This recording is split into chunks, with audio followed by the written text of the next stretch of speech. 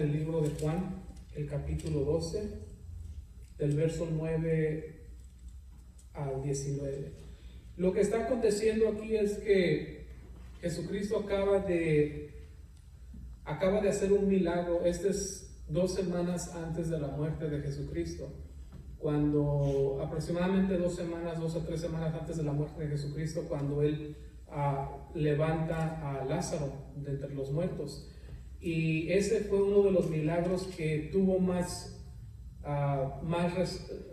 recibió más respuesta de tanto el pueblo judío como las demás naciones, ¿verdad? Los otros pueblos, porque pues es imposible, ¿verdad? Levantar a un muerto está dentro de toda la definición de imposible. Es más imposible levantar a un muerto que sacarse la lotería. Si usted pensaba que era imposible la lotería, y verdad, simplemente no pasa, a menos que usted sea Dios, porque sabemos, especialmente la cultura de antes sabía que el único que puede dar vida es Dios, y Jesucristo acababa de realizar este milagro en frente de ellos. Así es de que vamos a leer Juan 12, solamente vamos a leer hasta del 9 al 12. Dice: gran multitud de los judíos, capítulo 12, del 9 al 12 vamos a leer. Gran multitud de los judíos supieron entonces que Él estaba allí y vinieron no solamente por causa de Jesús, sino también para ver a Lázaro, a quien había resucitado de los muertos. Pero los principales sacerdotes acordaron dar muerte también a Lázaro, porque a causa de él muchos de los judíos se apartaban y creían en Jesús.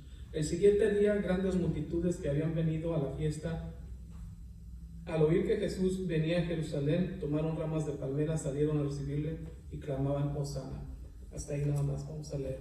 Y vamos a hacer una oración. Padre bendito, te damos gracias por tenernos en esta tarde aquí, Señor. Sabemos que tu palabra dice que no solamente de pan vive el hombre, sino de toda palabra que es dada, que viene de arriba.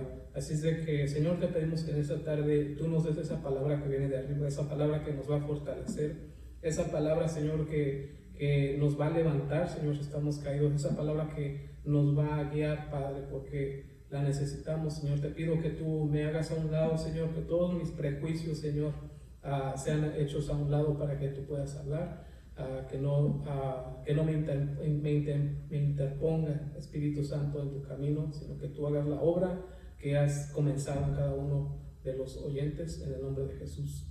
Amén. Dice: gran multitud de los judíos supieron entonces que Él estaba ahí. Se refiere, como hablamos la semana pasada, ¿verdad? Después de que Jesucristo levantó a Lázaro, dice que fue a la casa de Marta y de María, y todos estaban ahí sentados, y dice, y el que estuvo muerto ahí también estaba, ¿verdad? Y entonces llega María y tiene un perfume ella de mucho precio, que vale el equivalente a un año de salario, ¿verdad? Entonces ella, sabemos que en el lugar en el que estaba era un lugar muy muy débil, ¿verdad? Porque sabemos que en la cultura de aquel entonces solamente los hombres trabajaban, las mujeres no trabajaban, sino que básicamente mendigaban. Y con su hermano muerto, ellas estaban destinadas a mendigar. Pero Jesucristo le había levantado a su hermano, alguien que había compartido toda su niñez, ¿verdad? Entonces ella, sabiendo, ¿verdad?, lo que hizo Jesucristo por ella, toma la posición del siervo inferior de todos los siervos de aquel entonces, que eran los que lavaban los pies cuando venía la visita. Y ella, no sintiéndose digna, ¿verdad?, toma esa posición del siervo más inferior y derrama el perfume y comienza a lavarle sus pies, mientras está llorando y está secando sus pies. Cuando la gente se dio cuenta, ahí se está refiriendo aquí el verso 9, cuando supieron que estaba allí en Betania, dice, vinieron para mirar, dice, no solamente a Jesús, sino también para ver a Lázaro, quien había resucitado de los muertos.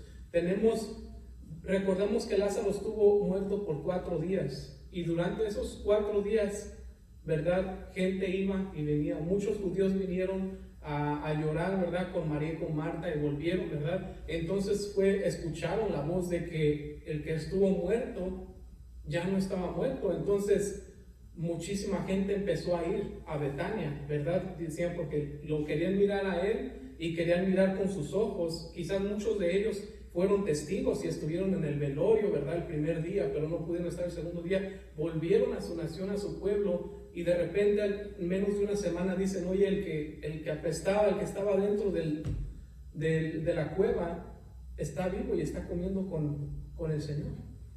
Pues lógicamente que esto iba a atraer multitudes a mirar a Jesucristo, ¿verdad? Dice, no nada más iban para verlo a él, sino también para ver al que estuvo muerto. Lázaro, el simple hecho de mirar a Lázaro vivo exhibía, ¿verdad?, de que quien Cristo decía ser era verdad. Era una exhibición de las credenciales de Jesucristo como Mesías. Dice, y si era verdad que Lázaro estaba vivo y estaba comiendo con ellos, quería decir que Cristo tenía autoridad sobre la muerte. Nunca, ni en todo el Antiguo Testamento, ni Moisés, ¿verdad?, se había escuchado de algo semejante. Había habido resurrecciones, pero esa resurrección estaba en sus días y sobre un cadáver que estaba básicamente, como dice el libro de Ezequiel, ¿verdad? Los huesos eran puros huesos, era algo ya podrido, no era como el hijo de la viuda, ¿verdad?, que recién había muerto todavía, ¿verdad?, solamente no estaba caliente el cuerpo y Elías se acostó. Estamos hablando de un cadáver ya, de los restos de un ser humano. Este era quien era Lázaro y estaba comiendo con ellos. Entonces, otra cosa que era muy conocido, ¿verdad?, y yo creo que es algo que viene internamente con nosotros cuando te preguntan quién tiene el poder de dar vida o quién solamente puede dar vida. Casi hasta un niño, ¿verdad?, de kinder te puede decir que Dios. Y esto era lo que había en sus días, ¿verdad? ¿Quién puede dar vida? ¿Quién puede resucitar a un muerto si no es Dios o si no tiene autoridad sobre la muerte? Y sabemos, ¿verdad?, más adelante cuando dice Jesucristo, cuando dice, toda autoridad me es dada en los cielos y en la tierra. No nomás aquí dice, y tengo las llaves del infierno y de la muerte. Alguien que tiene llaves quiere decir que es alguien que tiene autoridad. Que hay unos lugares donde no toda la gente puede abrir, no toda la gente puede entrar. Desearías entrar y abrir, pero no puedes porque no tienes llaves. Nosotros desearíamos volver a vivir, pero no tenemos las llaves de la muerte para decir voy a abrir y voy a volver a vivir. Dice, y a mí me fueron dadas y yo tengo las llaves, dice, del infierno y de la muerte. Y no solamente hablaba porque tenía ganas de hablar, sino que lo respaldaba, siempre lo estuvo respaldando. Dios nos visitó y estuvo caminando entre nosotros. Se encarnó y estuvo en un cuerpo semejante al de nosotros y supo lo de nosotros, se asimiló a nosotros, a nuestra imagen. Es por eso que Él, a la segunda persona de la Trinidad, Él siempre usa ese término, ¿verdad?, el Hijo del Hombre. Que siendo Dios, como dice Filipenses, ¿verdad?, siendo en forma de Dios, teniendo la naturaleza de Dios, no se aferró a esa naturaleza, sino que tomó forma de siervo. Y fue humilde, no tomó su deidad para juzgar o para hacer lo que Dios tenía que hacer en juicio, sino que fue humilde y dio todo al Padre. Por eso el Padre también después se lo dio para que todo juicio esté bajo Jesucristo durante el milenio.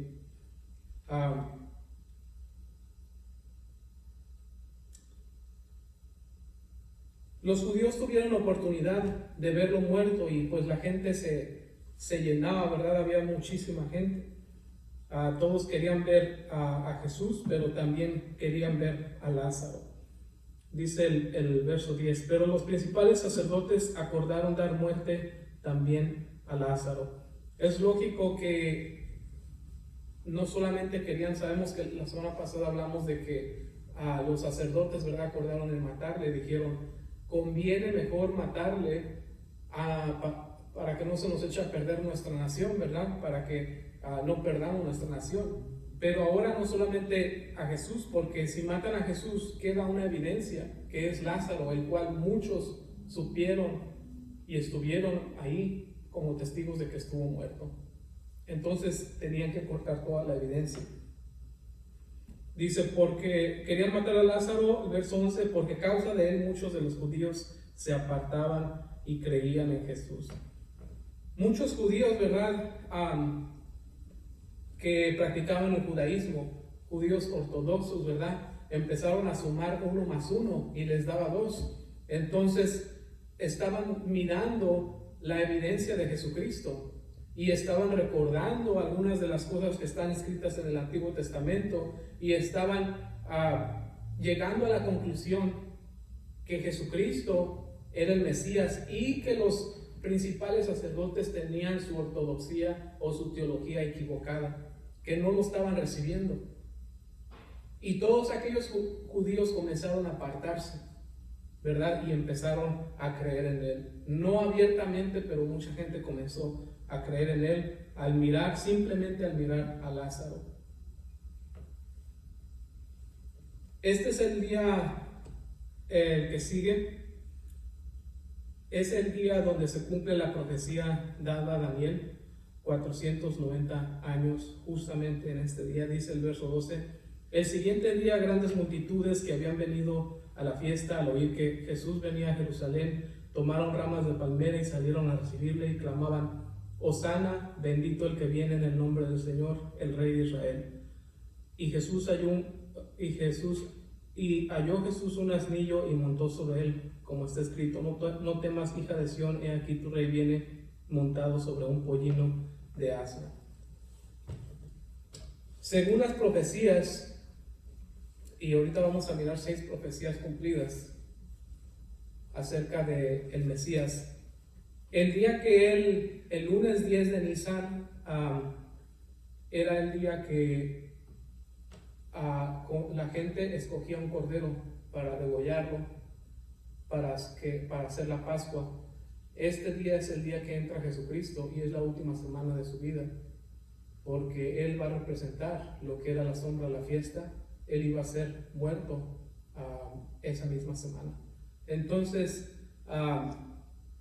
este día se cumple la profecía que está en el libro de Daniel. Si tiene Daniel, vamos al libro de Daniel, que habla acerca del Mesías. Esta es una profecía que vamos a mirar que nadie puede falsificar y que hasta el día de hoy nadie puede decir: oh, no era Jesús, soy yo. Porque miren, esta es una profecía que vamos a mirar que es lo que Dios tenía para el pueblo de Israel y lo que Dios tiene para nosotros. Vamos a leer desde el 20, capítulo 9, desde el 20 hasta el 27 vamos a leer para saber qué es lo que está pasando. Dice: aún estaba hablando, llorando, confesando mi pecado y el pecado de mi pueblo Israel, y derramaba mi ruego delante de Jehová, mi Dios, por el monte santo de mi Dios. Es Daniel. Dice: aún estaba hablando en oración cuando el varón Gabriel, a quien había visto en la visión al principio volando con presteza, vino a mí como a la hora del sacrificio de la tarde, y me hizo entender y habló conmigo diciendo: Daniel, ahora he salido para darte sabiduría y entendimiento. Al principio de los ruegos fue dada la orden, y yo he venido para enseñártela, porque tú eres muy amado. Entiende pues la orden y entiende la visión. Vamos a leer y después voy a explicar. 70 semanas están determinadas sobre tu pueblo y sobre tu santa ciudad para terminar la prevaricación y poner fin al pecado y expiar la iniquidad, para traer la justicia perdurable y sellar la visión y la profecía y ungir al santo de los santos. Sabe pues y entiende que desde la salida de la orden para restaurar y edificar Jerusalén hasta el Mesías príncipe habrá 7 semanas y 62 semanas. Y se volverá a edificar la plaza y el muro en tiempos angustiosos. Después de las 62 semanas se quitará la vida al Mesías, mas no por sí. El pueblo de un príncipe que ha de venir destruirá la ciudad y el santuario, y su fin será con inundación, y hasta el fin de la guerra durarán las devastaciones. Y por otra semana confirmará el pacto con muchos. A la mitad de la semana hará cesar el sacrificio, y la ofrenda. Después, con la muchedumbre de las abominaciones, vendrá el desolador, hasta que venga la consumación y lo que está determinado se derrame sobre el desolador.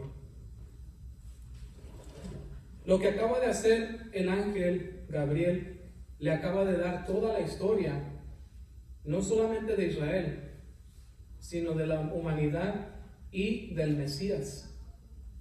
Dice Daniel, a ti te va a ser dado el entendimiento para que nadie te engañe, para que nadie los engañe.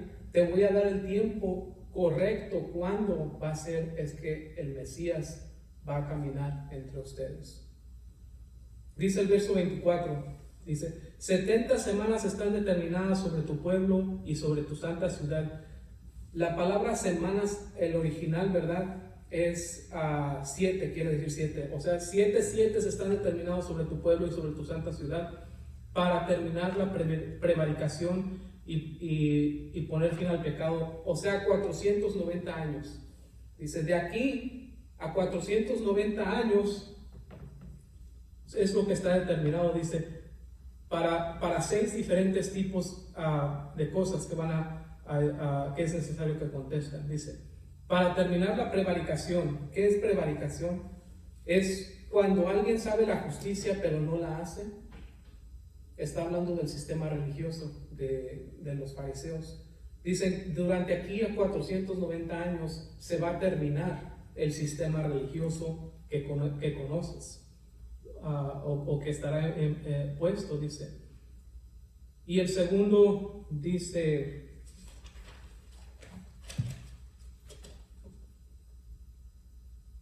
y para poner fin al pecado. ¿Qué es esto que le acaba de decir el ángel? Dice, para juzgar al pecado de manera definitiva. De aquí a 490 años, Daniel, el pecado va a ser juzgado y va a ser terminado definitivamente. O sea, va a haber una restauración entre Dios y los hombres. Se va a resolver la enemistad que había entre Dios y los hombres de aquí a 490 años. Eso es lo que le está diciendo. Esa es la segunda. Dice, la primera para terminar la religión, la segunda para poner fin al pecado. Miren que dice, no para más adelantito si vuelves a pecar, es para poner un fin total, y lo va a volver a recalcar ahorita. El ángel dice, y para expiar la iniquidad. En estas semanas dices, para estas 6 cosas son: para terminar la religiosidad, para volver a traer a los hombres a Dios y terminar con el pecado, y dice, para expiar la iniquidad. ¿Qué es expiar? Sabemos que la manera de perdonar los pecados le llamaban los sacrificios de expiación, que quiere decir derramar sangre. Dice, y durante aquí a 490 años la sangre será derramada por la iniquidad ya cometida de la humanidad, o para la resolución de la humanidad y Dios. Esa es la tercera. La cuarta dice, para traer la justicia perdurable. Que de muchas cosas le dijo el ángel. Dice, también es para que traiga la justicia perdurable. ¿Qué es perdurable? Una justicia que permanece. Se refiere a una justificación. Una justificación sobre tu pecado que perdura y que permanece para siempre. ¿Dónde es? Recuerda que Jesucristo dijo, el que cree en mí tiene vida eterna. A eso se está refiriendo. Haber recibido, ser justificado eternamente. Dice el libro de Hebreos 7, 24, 25, hablando de Jesucristo. Mas por cuanto permanece para siempre, tiene un sacerdocio inmutable, que no cambia, por lo cual puede también salvar perpetuamente. ¿Qué quiere decir eso? Para siempre. A los que por Él se acercan a Dios, viviendo siempre para interceder por ellos. O sea que tus pecados, cuando creíste en Jesucristo, fueron perdonados no por los de ayer, sino perpetuamente. Pagó por los pecados de ayer, por los pecados de hoy, por los pecados de mañana. Mientras caminamos en nuestro caminar cristiano, los que ya tenemos tiempo, ¿verdad? Decimos, híjole, esto se está poniendo más difícil. cada minuto. Y pensamos que a lo mejor lo que nosotros creímos en Dios fue solamente una emoción, ¿verdad? Que nos hizo santificarnos por un tiempo y después volvimos a caer, o después nos desenfocamos, o las circunstancias de la vida, o la gente que nos rodeaba, etcétera, nos hizo alejarnos y decimos lo que vivimos fue solamente una emoción que vivimos. Pero eso es, si lo pensamos así, entonces nosotros ganamos nuestra salvación y no fue Cristo. Porque nosotros por alguna manera tenemos que sentir como que nos debe de costar. Porque nos gusta el reconocimiento. Porque si hago algo bueno, yo quiero la recompensa luego. Quiero ser reconocido por algún tipo de lo que sea, ¿verdad? A lo mejor me está costando la salvación. Pero lo que está diciendo aquí es diferente. Dice, para 70 semanas están puestas para la justicia o la justificación perdurable. Y dice el libro de Hebreos, ¿verdad?, que un sacerdote así nos convenía. Dice que vive para siempre, para que perpetuamente dice, perpetuamente seamos salvos por él. Dice, porque los que se acercan a Dios por él, dice, se acercan a Dios viviendo siempre para interceder por ellos acerca de Jesucristo. No sé si ustedes saben, en el lugar santísimo, donde estaba el arca del pacto, ¿verdad? El sacrificio cada año consistía en que el sacerdote entraba y traía en una copa, ¿verdad? Traía la sangre del cordero. Entonces traía, ¿verdad? Esparcía la sangre sobre lo que le llamaban el trono de la gracia, de mercy seat. El trono de la gracia, ¿qué quiere decir gracia en primer lugar? Gracia quiere decir recibir lo que no merecemos. Número 1, justicia quiere decir recibir tu merecido, hablando del pecado. Número 2, misericordia quiere decir no recibir lo que tú merecías. O sea que Dios ha tenido misericordia con nosotros, no nos dio lo que merecíamos, que era la muerte. Pero no solamente nos dio misericordia, sino nos dio gracia, que quiere decir darte lo que no merecías. Es una recompensa. Y el trono de la gracia que estaba en el arca, ¿verdad? Del mercy seat, quiere decir que estábamos recibiendo lo que no merecíamos. Y sobre el arca esparcía la sangre, ¿verdad? El sacerdote. Y quedaba ahí y estaba expiado. Cuando caía y tocaba la sangre a la superficie del arca, el pecado del pueblo había sido perdonado. Pero la sangre de los corderos no duraba todo el año, era un solo día. Y los sacerdotes, dice, no podían hacer esto continuamente porque morían. Pero Jesucristo, el cual está en la presencia de Dios, perpetuamente está esa sangre clamando por tu salvación delante del Padre. Cuando la justicia de Dios tiene que ejecutar su justicia sobre tu pecado, la sangre de Cristo está presente. Eso es lo que significa la justicia perdurable. Que no puedes, como dijo Pablo, cuando pecamos, dice, sobreabundó la gracia. No le podemos ganar a la gracia cuando somos salvos. Cuando nos alejamos de Dios y dejamos las cosas de Dios, por supuesto, tú abandonaste tu salvación, abandonaste el ser cristiano.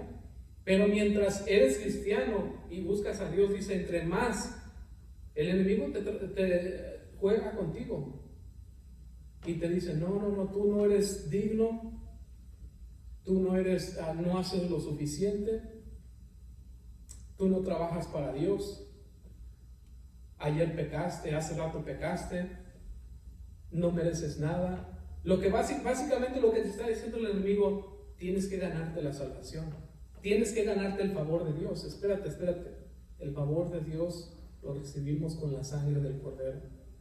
¿Qué le dijo la voz del Padre a Jesucristo en el bautismo? este es mi Hijo amado en quien tengo complacencia. Esa complacencia permanece delante de Él, entre tú y Dios. La sangre del Cordero permanece en el trono de la gracia a toda hora, dice, porque vive para siempre. Por tanto, puede salvar perpetuamente a los que creen en Él.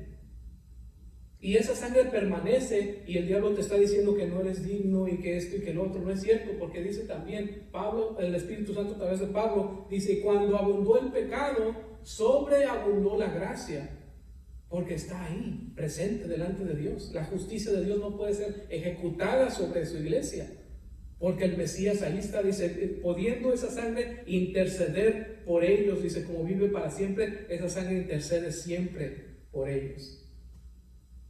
Intercedió ayer, intercede ahorita, intercederá, ¿cómo se dice? Mañana. Y eso es algo de que nosotros tenemos que estar contentos, agradecidos con Dios. Esto es lo que le está diciendo el ángel. ¿Recuerdan cuando nació Jesucristo, qué decían los ángeles? Paz en la tierra, paz y buena voluntad a los hombres en la tierra. Paz, ¿qué quiere decir? Que los que estábamos enemistados con Dios íbamos a estar en paz. Y buena voluntad, o sea, lo que no merecíamos de Dios, para con los hombres en la tierra. Dice en el Salmo: y que todos los ángeles le adoren, acerca de Jesucristo. Porque lo que hizo Jesucristo fue algo grande: unir a la creación de Dios nuevamente, que podamos entrar a su presencia por un pago que fue satisfecho y que es perpetuo, porque Cristo no muere para siempre, como dice, porque es Dios mismo, permanece, como dice el libro de Miqueas. Pero sobre ti vendrá alguien, dice, que sus venidas es desde la eternidad y hasta la eternidad, hablando de Jesucristo mismo.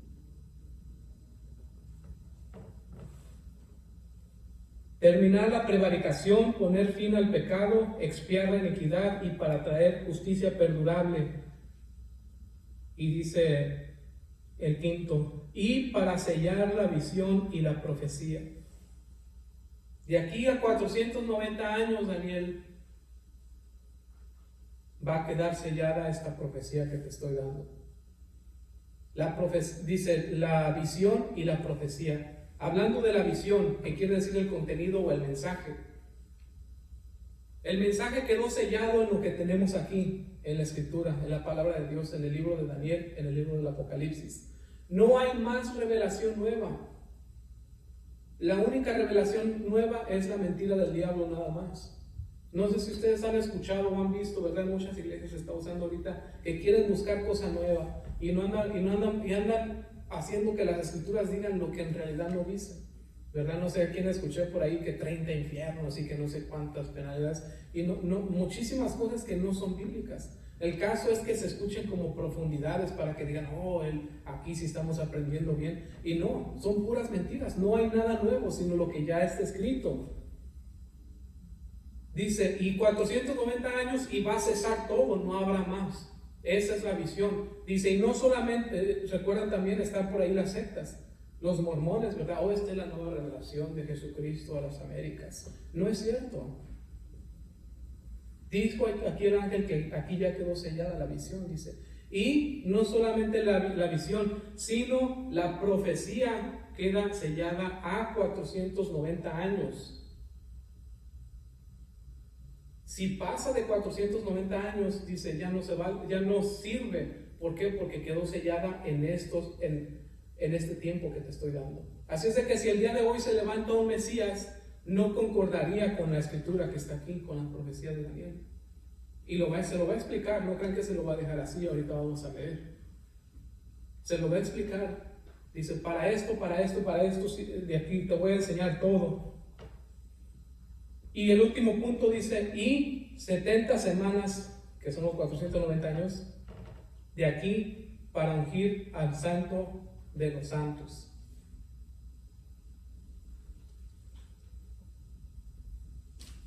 En inglés dice, ¿verdad?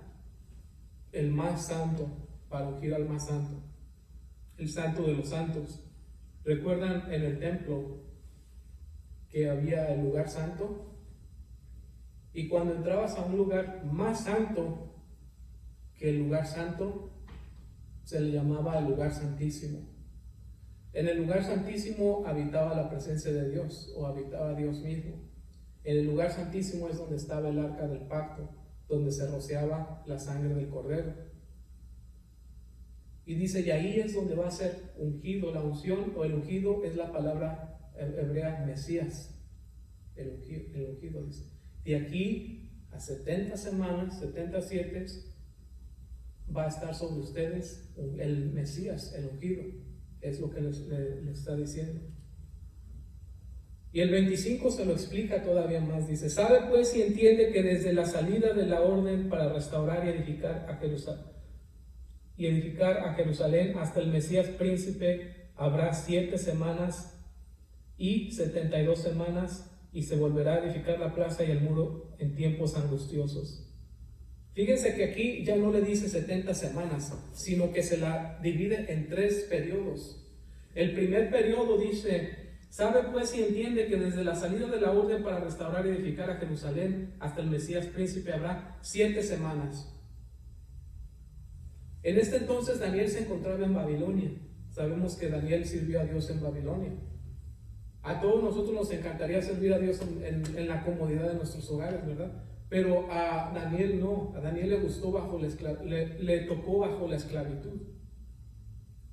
Y bajo esa esclavitud le fue fiel a Dios en lo que él pudo.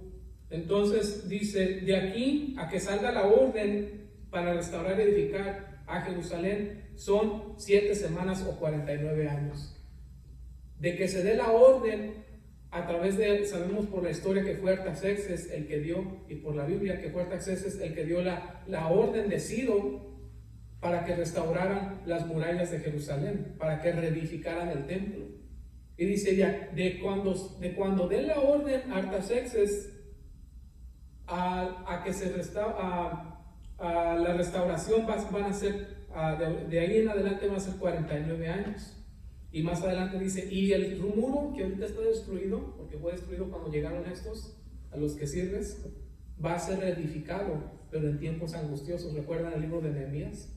Que no les fue nada fácil edificar el muro, sino que tuvieron mucha oposición. Ahí se cumplió también esta misma profecía. Ahí podemos mirar un cumplimiento más adelante, ¿verdad? 49 años después de que este libro fue escrito, entonces tenemos a Nehemías. Y Nehemías, ¿verdad? Comprueba que esta profecía que estamos leyendo ahorita es correcta. Y no solamente eso, que aquí le dice a Daniel que cuando den el decreto, un decreto que fue escrito por el profeta Isaías 200 años antes, donde le dice Ciro, dice en el capítulo 45, le dice a Ciro, Dios mismo dice, y por tu nombre te llamo, para que tú restaures a mi pueblo. Entonces es profecía tras profecía tras profecía sellada, ¿verdad? Todo este contenido que todavía no se ha cumplido, todo se va a cumplir. Dice, de ahí esos son 49 años, dice la segunda, dice, y 72 semanas, que quiere decir 434 años, se volverá, dice,